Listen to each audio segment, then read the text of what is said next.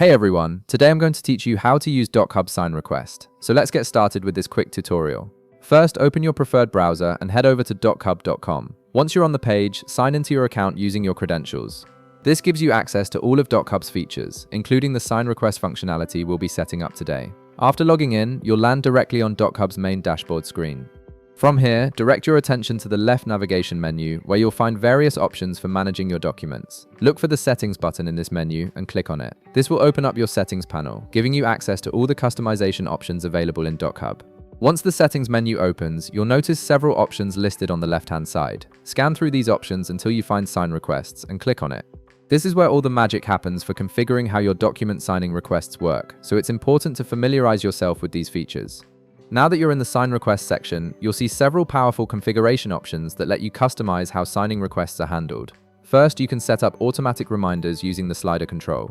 This feature allows you to specify how many days should pass before Dochub sends a reminder to signers who haven't completed their signature yet. This is incredibly useful for keeping your document workflow moving smoothly without having to manually follow up with people.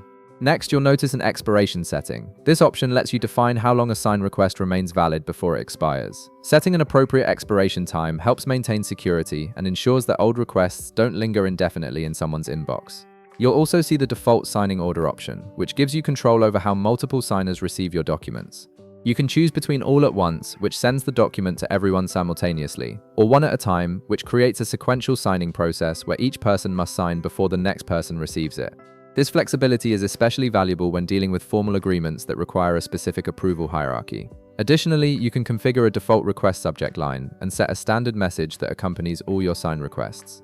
This saves you time by eliminating the need to write the same message repeatedly for similar documents. Below these settings, you'll find several additional options that you can enable or disable based on your specific needs and workflow preferences. And that's it.